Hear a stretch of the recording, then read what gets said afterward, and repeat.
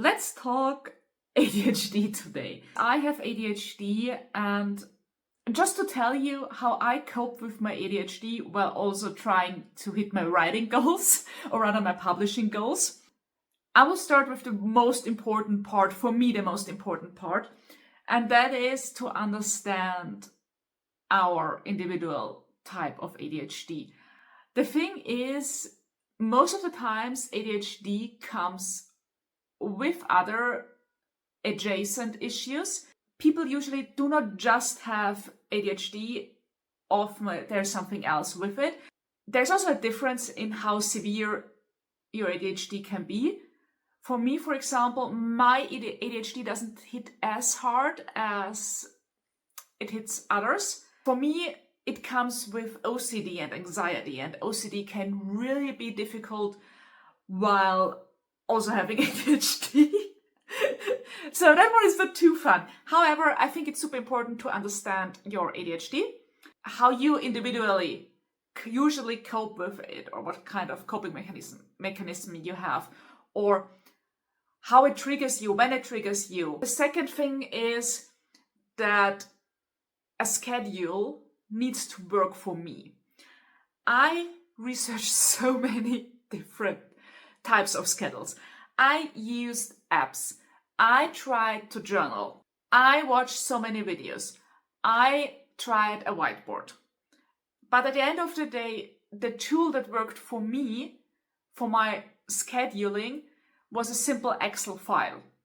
You know, plain, simple Excel file where I write down the tasks I want to do and the day I want to do them. This brings me right to the third point, and that is that a schedule for me cannot be too tight.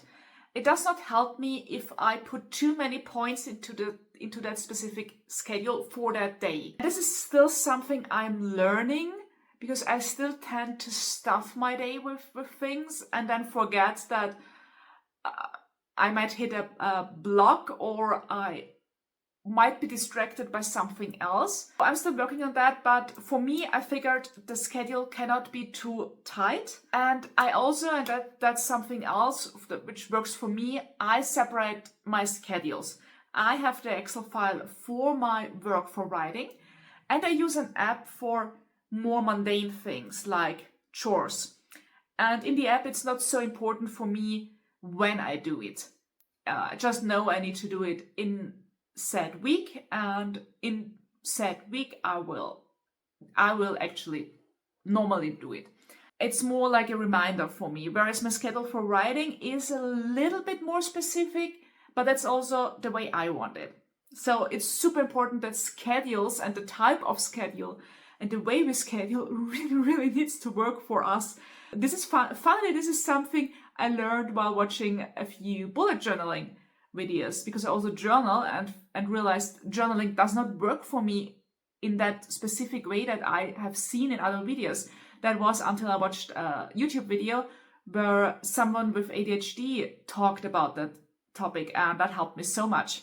I set goals. I also set these goals not too tightly. For example, I rather say I want to write 5 chapters a week, instead of saying on Tuesday I write 2 chapters.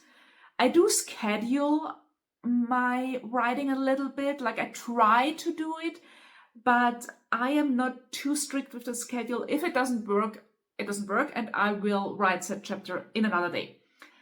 I try to hit my weekly goal though, so that's more important to me than hit the daily goal. The next point is, by now I've forgotten at which point we are, but the next point is that it's easier for me to work with routines or to establish routines than follow a strict schedule. For example, I have the routine that I write every day a little. When I write a little every day, I fulfill my weekly goal because writing has become a routine for me. I think with routines like that, it's important to keep the bar low, especially at the beginning. Then maybe raise the bar a little bit, but not in a way that overwhelms me. The next point is that when I say goals, I mean actually smaller steps. I do not plan a whole ass goal. Like, I do not say that I want to have this book finished at said date. You know, not months in advance.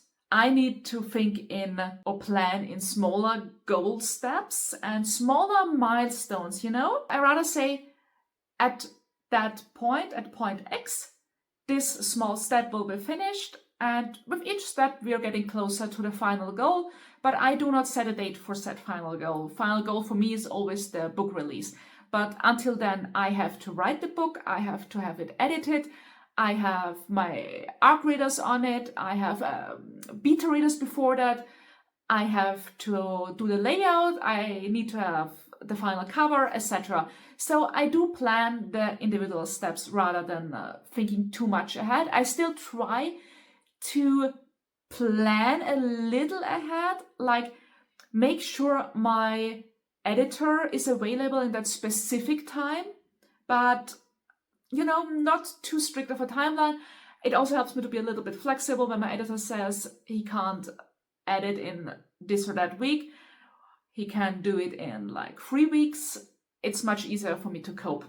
It also takes a lot of pressure away. For my ADHD, when there is too much pressure and I feel like I am losing the goal, I just feel I feel overwhelmed with stress and with that sense of failure. Another thing I'm trying to do is building around my already existing routine.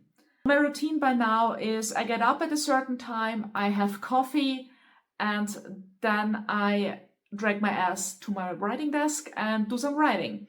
That's my morning until lunch routine. And this is something I'm still learning and trying to establish. Build other goals or form them into routines and build them around my already existing routine, which I know is working. I'm trying to do that with social media posts. I know, for example, on Sundays, I am pretty busy because I have a routine on Sunday that I also do a bit of editing. There's no use for me to try to squeeze social media in it. But I'm trying to establish a routine for social media on Mondays. Monday is a pretty boring day for me. Usually all I do is writing. In my whole morning routine, which lasts until lunch, I noticed it's easier for me to also plan social media into this if I follow my usual routine and build it around it. I'm not sure if that makes sense. I do think it makes a little bit a difference what we're talking about and what type of routine we're talking about. Obviously, I cannot do social media while I'm writing. Another thing that helped me is, and I do not know the specific name, I saw it on Reddit, and it's something they described as a circle movement. The easiest to explain this is, let's say we want to clean the bathroom. Okay? For cleaning the bathroom, I need that specific sponge. The sponge is in, in a storage room. I go to the storage room, do not find the sponge there.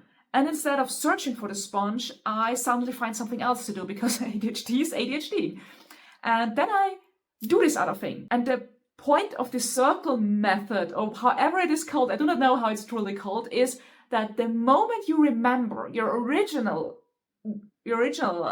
task, that I wanted to get that sponge, you return to it, like like a boomerang. You return to that task and pick it up again. And you continue from that point on where you stopped. This helps me to be a little bit kinder with myself because I can always return to the task. It doesn't matter. I just did something else in between, but then I return to it and try to focus on that again. And if on the way I get lost again, I just return like a boomerang. Another point, and this is something that helps me, it's certainly not something for everyone. And this is, I take advantage of my hyperfocus. I love writing, and my hyperfocus usually, or not always, but at times really kicks in. And when it does, I just clutch onto it and use it to write, to take notes, and to just get it out, because this is something very useful for me and for my work. I understand that it doesn't work for everyone, and it really depends on what the current hyperfocus entails.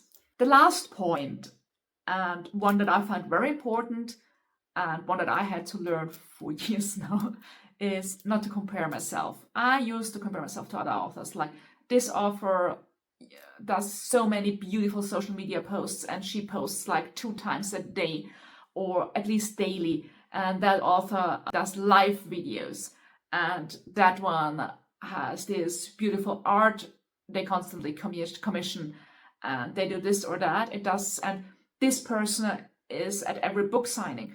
It does not help me comparing, and that's not ADHD specific. I think this goes for everyone in the creative process. There's no use in comparing ourselves to how other people do things. We can learn a little bit from them. That's fine. We can watch and learn. But comparing does not help, because what use does it have to know that author X goes to so many book signings? It's not something that's really doable for me. Like how I'm not in the UK or in the US. I have to plan around the book signing.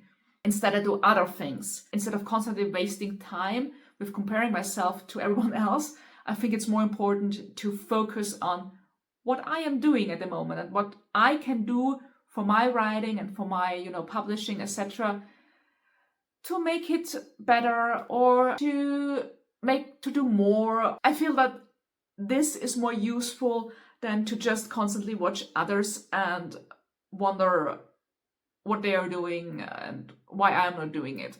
That's it. That's how I handle my ADHD. I am well aware that this is different for everyone. And I just want to emphasize again that ADHD is not, it doesn't fit in one bag. It's very different for every person. This is why it's so important to understand our own ADHD and how hard or how severe or how it plays out actually. I'm not sure if it helped. I certainly hope it did. I still hope you enjoyed this video, and I see you in the next one. Bye!